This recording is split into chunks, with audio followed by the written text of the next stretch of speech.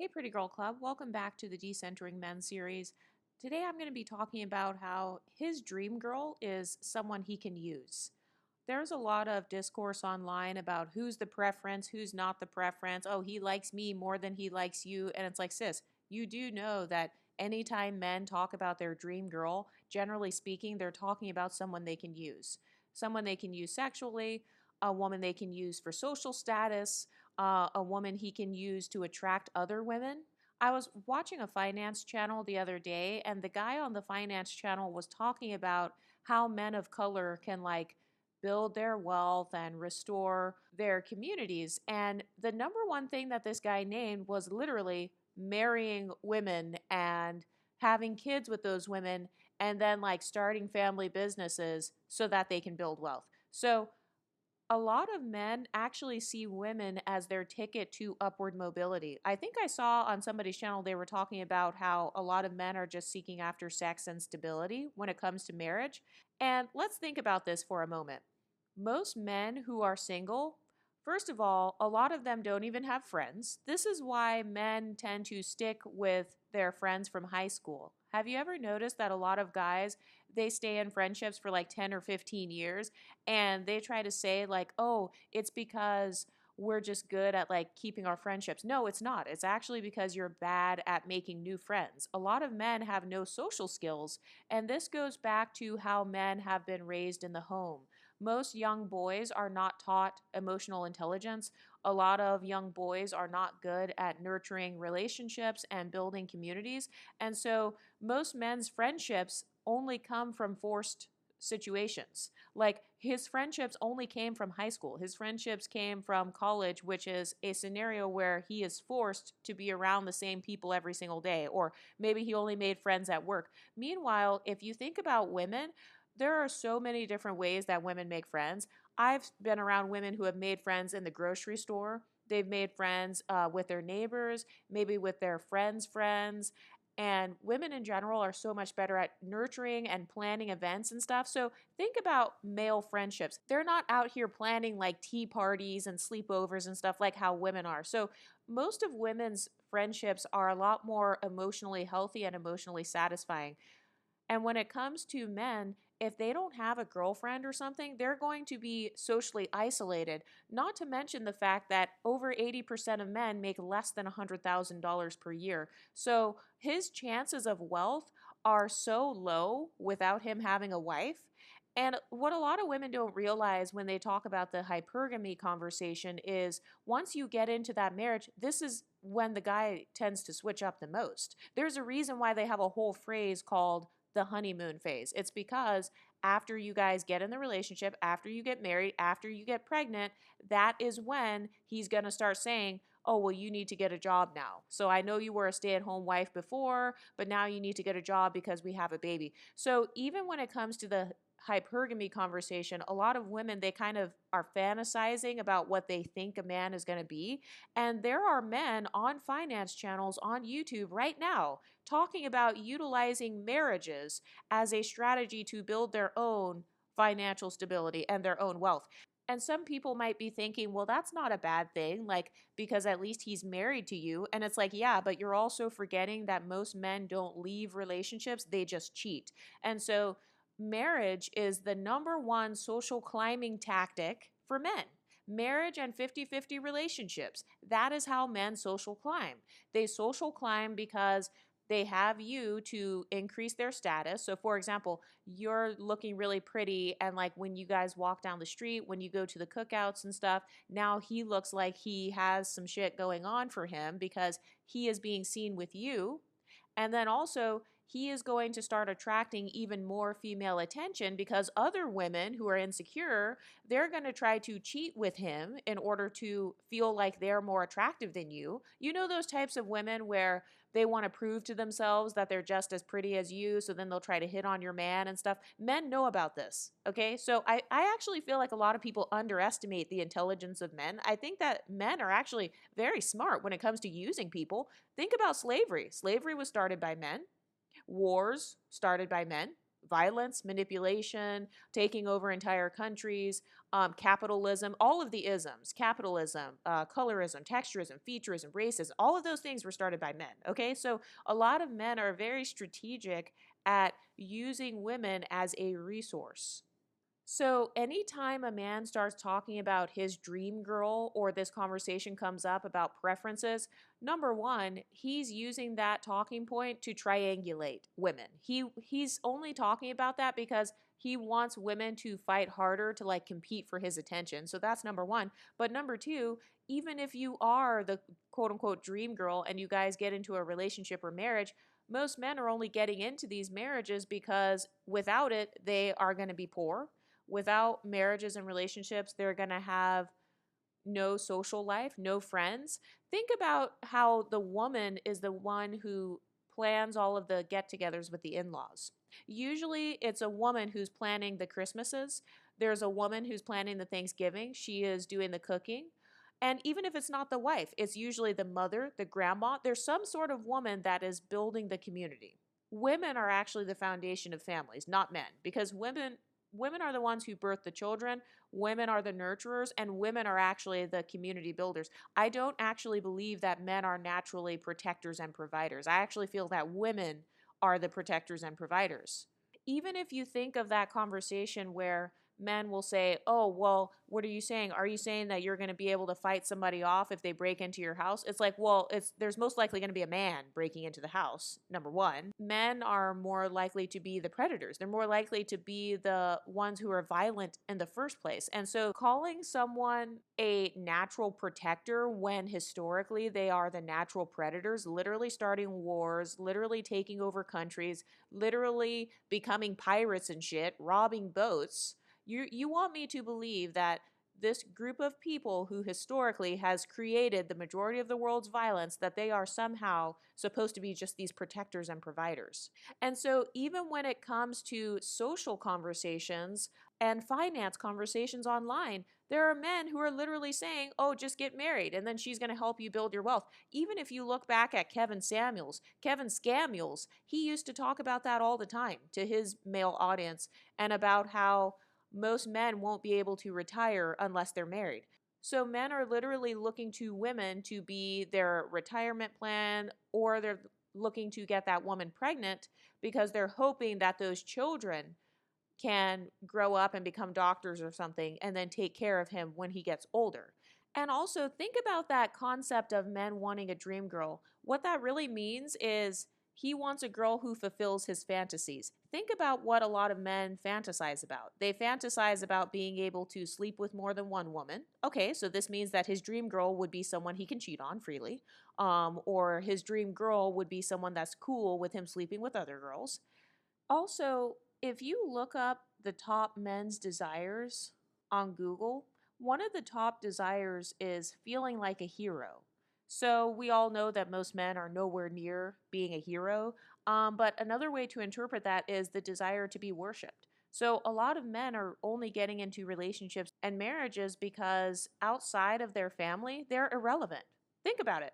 Most guys, they're not rich. Okay, so you're not at the top of the financial system. Most guys have little to no friends, or they have the same toxic, immature friends from high school. And so maybe their friends live far away, or they're all bums or something like that. So he's not really being respected when it comes to his friendships. Think about this. Guys get into fights over basketball games. They get into fights over poker games. They get into fights over playing pool and like betting money. So most guys are disrespected just in general.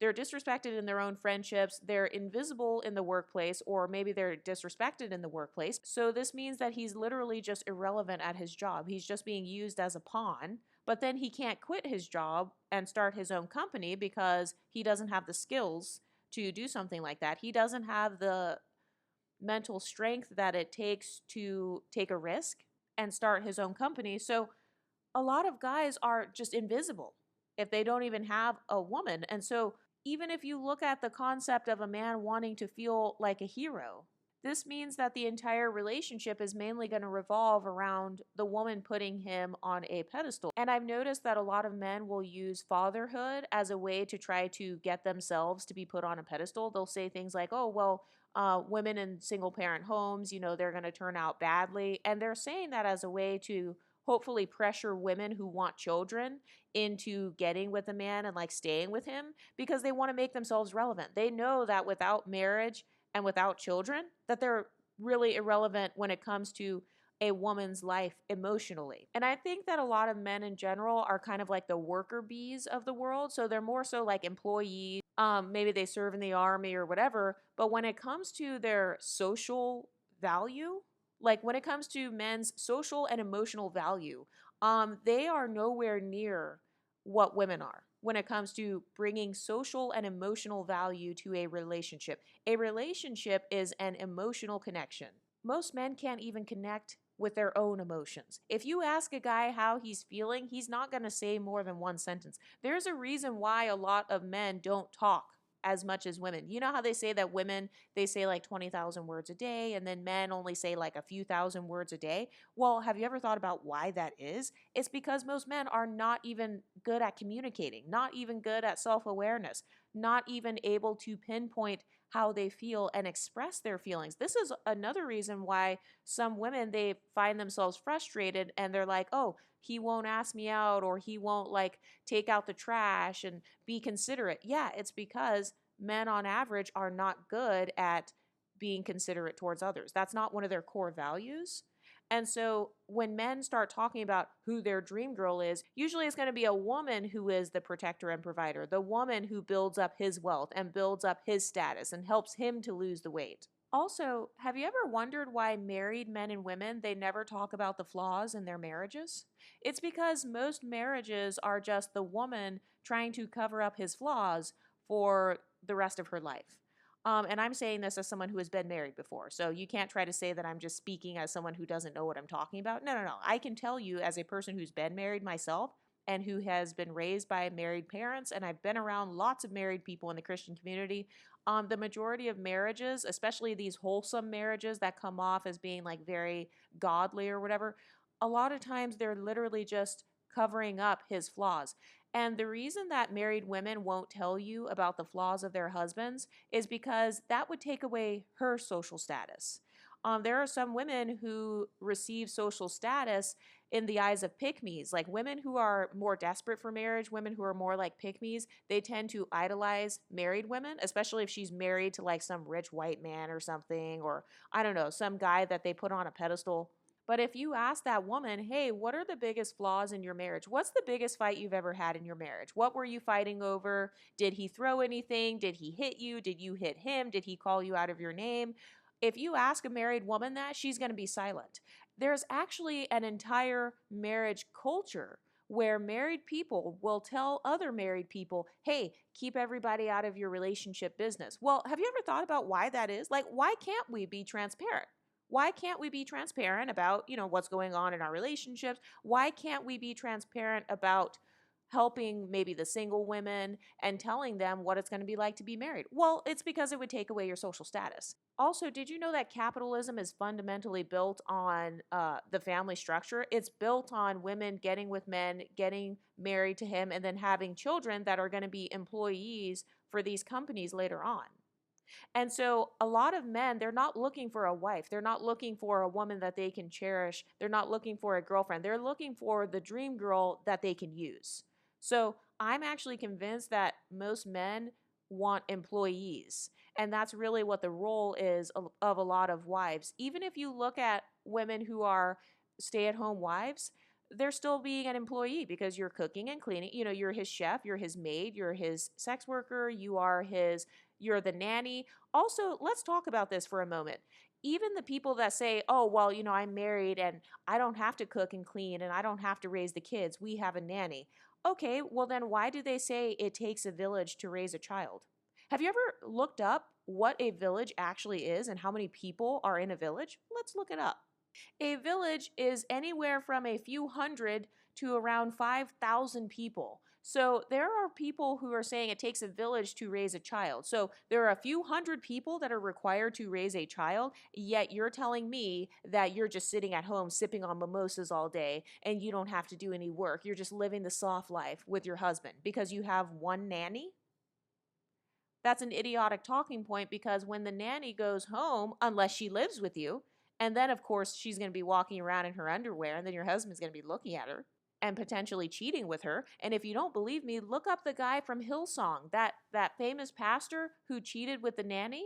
Yeah, that's something that happens very commonly. In fact, it's actually a part of marriage culture for women to tell other women, hey, never let another woman live with you and your husband, not even your own sister, not even your own cousin. Even when it comes to like stepdaughters that are teenagers, like a lot of women will tell their own daughters, like, hey, your stepdaddy is moving in now, so you can't walk around in booty shorts. Have you ever thought about why they say that? It's because for a lot of men, if another woman lives in the house, he is going to cheat with her, he's going to be jacking off to her, or he's going to be looking at her and desiring to cheat with her. So, why does nobody talk about that? His dream girl is someone he can use. Even if you ask a guy, like, why do you love her? What made you fall in love with her? Oh, it was the way that she stayed with me when I was broke. It was the way that she was there for me and paid my bills when I had nothing. It was the way that she forgave me and took me back after I cheated on her 10 times. Listen to what men say when they talk about why they love their wives, why they love their girlfriends. Oh, it's because she accepts me at my worst. It's because I don't have to put in any effort with her. That's really what he's saying. I don't have to put in any effort with her. She's a ride or die. I could lose my job. I could have nothing going for myself. I could get fat. I could look ugly, and she's still going to be with me. Meanwhile, if you were to reverse that, all it takes is a couple of extra pounds for a man to change his feelings about you. Have you ever noticed that all it takes is you gaining a little bit of weight and suddenly, boom, he's gone. He leaves you. Have you ever noticed that all it takes is the woman being depressed for a few months and then next thing you know, he's out cheating with someone else. He doesn't even want to be around you anymore and he has no problem picking up and leaving you. And by the way, I actually think that most men won't leave their wives. I think they will just cheat. So when I say he's going to leave you, what I really mean is he leaves you emotionally. Most men will emotionally abandon their partner at some point. So I feel like a lot of the trauma that women have from men, it's not necessarily physical, like he left her physically. No, no, no. It's he abandoned her emotionally. Anytime that he is saying no to sleeping with you and he decides to go jack off to other women instead, that's emotional abandonment. Anytime he looks at your friends on Instagram or he's looking at Instagram baddies and fantasizing about them, he's focusing his emotions towards them. That's a form of emotional abandonment. He's texting, calling, FaceTiming, Facebook chatting with his female friend from school or from work. That's a form of emotional abandonment because he's not thinking about how you would feel. He doesn't give a fuck about your boundaries. He just cares about making himself feel validated. And by the way, check out my episode about how most men use their female friends as their personal cheerleader and their personal source of validation. And so most men, even if you get in a relationship, it's not like he's going to get rid of his other female validation sources. He's going to have an entire orbit, an entire cheerleading squad is what I call it. He's going to have a cheerleading squad of female friends that he can text and call when you're getting on his nerves. And then they're going to say, oh my God, Scott, you did such a great job with that Excel spreadsheet yesterday. Oh my gosh, you're so smart. So he's actually looking to multiple other women to satisfy his emotional needs, whereas the wife is satisfying his domestic and financial needs. If you don't believe me, all you have to do is go look at some of these finance channels online. I used to be an accountant, so I like to watch finance YouTube videos. So go watch these men who are talking about how to build their wealth, how to build their finances. One of the things that they talk about is, oh, just marry a woman who's really good with money and basically she will be your personal accountant. Did you know that actually my dating life changed once I became an accountant? Do you know how many guys I had trying to date me because they wanted to utilize my financial skills to their advantage? So this is why I say that his dream girl is someone he can use. Most guys don't even buy houses or get a bed frame until after they get married. And by the way, this is a statistic. Single women have been buying more homes than single men in the United States. Single women are the ones who have more potential to buy the home because usually women have more of a desire to do that, like saving up the money and then investing in the home and stuff like that. So a lot of men without a woman, without a marriage, they won't even own properties or have a lot of these financial things going for themselves. Also, think about the black wife effect online, and it showed a bunch of men and how bad they looked before they got married, and it showed how just having the presence of a woman, she literally built up his physical appearance. She built up his sexual marketplace value. She's literally building up his dating marketplace value. She took him to the barber. She taught him how to dress. She told him what colors go with the undertones of his skin. So he's out here looking like a GQ model now because he's got a personal stylist. He's got a personal assistant. So this is why I say a lot of guys, their dream girl is someone they can use in some way. So this is why I have no problem with women saying, hey, I want a man with money, or I want a man where he's going to pay all the bills. Because trust me, you are absolutely being utilized for a purpose in his life. If you don't believe me, go ask your man. Another thing that I've noticed is even when it comes to the dream girl, dreams end. You wake up from a dream. So if you were his dream girl 10 years ago, and let's say you guys got married, well, guess what? Now that you're pregnant, his dream girl isn't a woman with a big stomach. I have never in my life heard a man say, oh, I really, really want a girl who has a stomach that's as big as possible and looks like a big bowling ball. That's just my dream. I've never heard that, just being honest. So even if you were his dream girl, all dreams come to an end. So this is why I say he's not yours. It's just your turn. You know how they try to say that about women? She's not yours. It's just your turn. Okay, well, I can keep the same energy. He's not yours forever. It's just your turn right now. He likes you right now because you're young, you're gorgeous, you're paying 50% of the bills, or you're helping build him up, you're helping him to get some assets under his name. You're helping him pay off his car note. You're helping him to free up his money. So now he gets to trick off money on OnlyFans. Did you know that a lot of the OnlyFans subscribers are married men? 89% of OnlyFans subscribers are married, according to Psychology Today. And also, if you're an attractive woman, most of your male friends have probably fantasized about sleeping with you or getting with you at one point or another. So guess what? If you're married to a guy or if you're with a guy and he has female friends, it's safe to say he has probably fantasized about them at some point, or they've fantasized about him, or he's utilizing them as a source of validation. Men don't go after ugly women as friends. They don't. They don't go out of their way and say, hey, who's the ugliest girl in the room? Who's the most repulsive, disgusting, ugliest girl in the room? Let me go out of my way to make friends with her. No, you don't understand the definition of the word friend. A friend is a person with whom one knows and has a bond of mutual affection, typically exclusive of sexual or family relations. So, do you think he's going to try to have a mutual affection? That's the definition of a friend. It's having mutual affection for one another. It's just not sexual. So, you think he's going to have mutual affection with a woman that he finds repulsive and disgusting? No, this is why I say girls and guys cannot be friends, because guys, they're not friendly. They're sexual.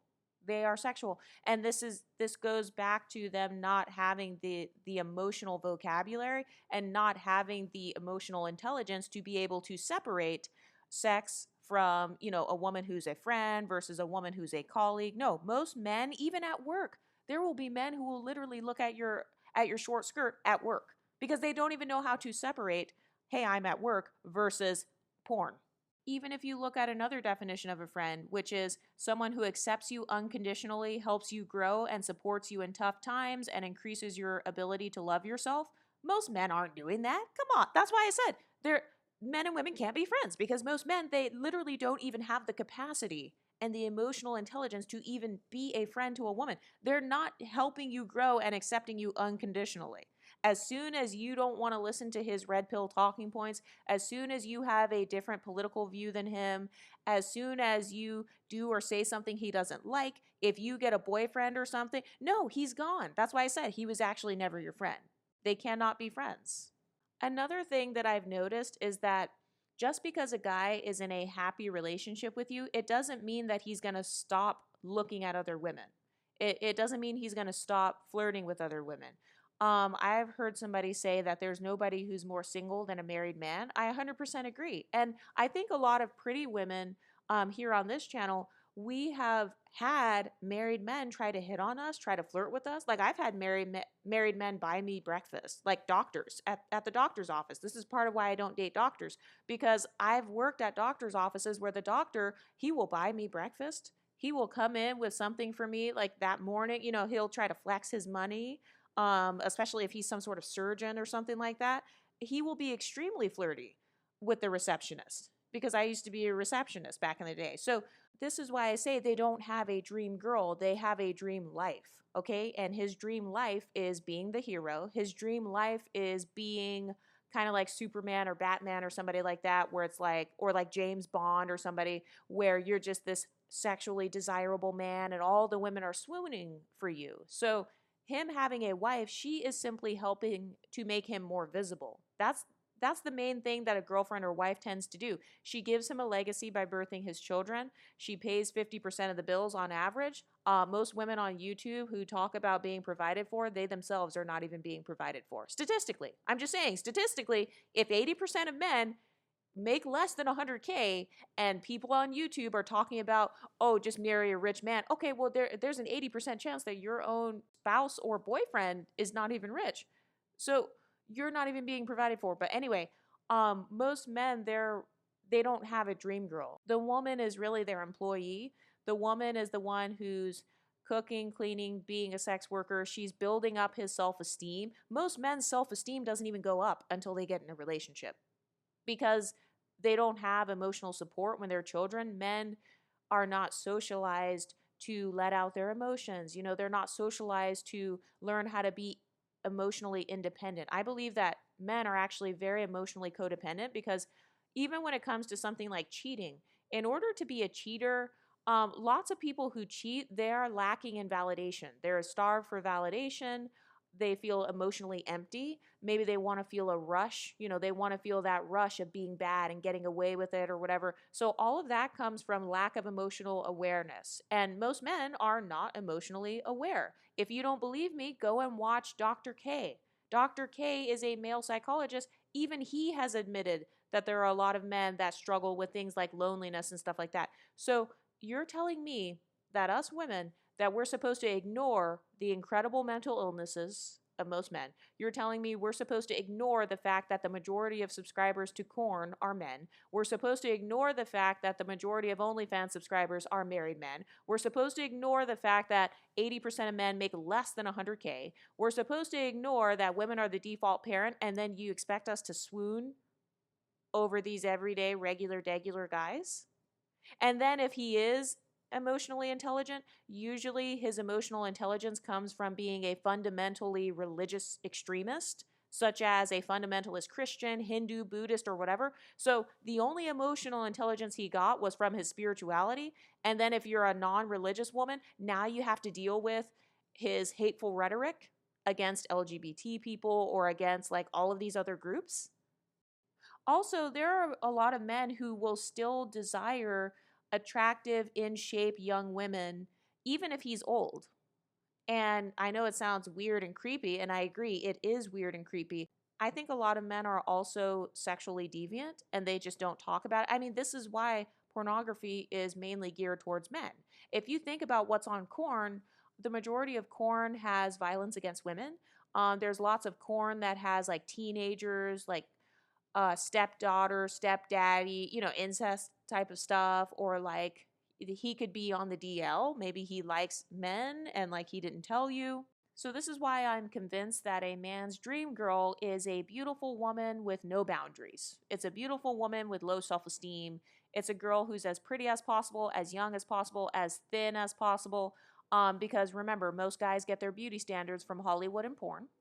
If you ask a guy where he gets his beauty standards from, he won't even be able to describe to you where it comes from. And well, that's because it comes from Hollywood and porn. He doesn't understand that because most guys they follow what the rich guys at the top are doing. You know, they're following the guys who are above them on kind of like this social hierarchy. So for most little boys, they just grow up being almost like this zombie, just watching whatever's on TV or listening to whatever music. So yeah, most men's beauty standards come from Hollywood and porn. So a guy's dream girl is a girl who looks as much like a Hollywood person or a porn actress and who has as low self-esteem as possible, as little boundaries as possible. I'm convinced that's really what a guy's dream girl is. She's willing to be his free employee, cook, clean, be a free sex worker, make him look good in front of his friends and family. Also, I've noticed that a lot of women spend their lives and marriages trying to teach the man how to treat them. So I've noticed a lot of men will say, "Oh, well, we can't read your mind. You have to say what you want." Okay, so then this means that the woman is going to spend the next 80 years telling him every day, "Hey, can you take out the trash? Hey, can you pick up your socks? Hey, can you pick up the kids from school? It's Johnny's birthday. We have our Christmas get together." So I've noticed that the dynamic in a relationship is usually the woman teaching him emotional intelligence. In fact, some guys will even admit this. They will say, "Oh, she taught me how to love. She taught me how to be in a relationship. She taught me how to be a real man." It's like, "Okay, so then that's proof that you did not know how to be a real man until a woman was turned into your mommy." Basically, you're making the woman into your mommy. You're making your girlfriend or wife into your emotional mother. I think that's what a lot of relationships are. It's the woman being the emotional mother. This is why men will say, "I want a woman who's nurturing. I want a woman who will be my peace." Okay, so that means you had no peace before she came into the picture. So you were mentally ill. You had emotional and mental chaos, and you're seeking a woman as a place of solace. Meanwhile, that woman's life was peaceful without you because the woman was already emotionally stable.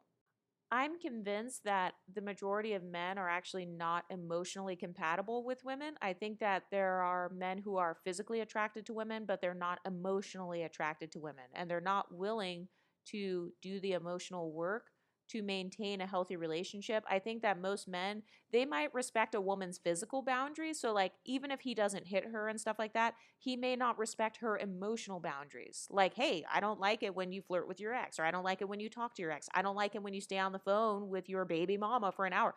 I've noticed a lot of guys, they don't even understand how that can hurt the woman. And that shows me that a lot of men have severe emotional retardation.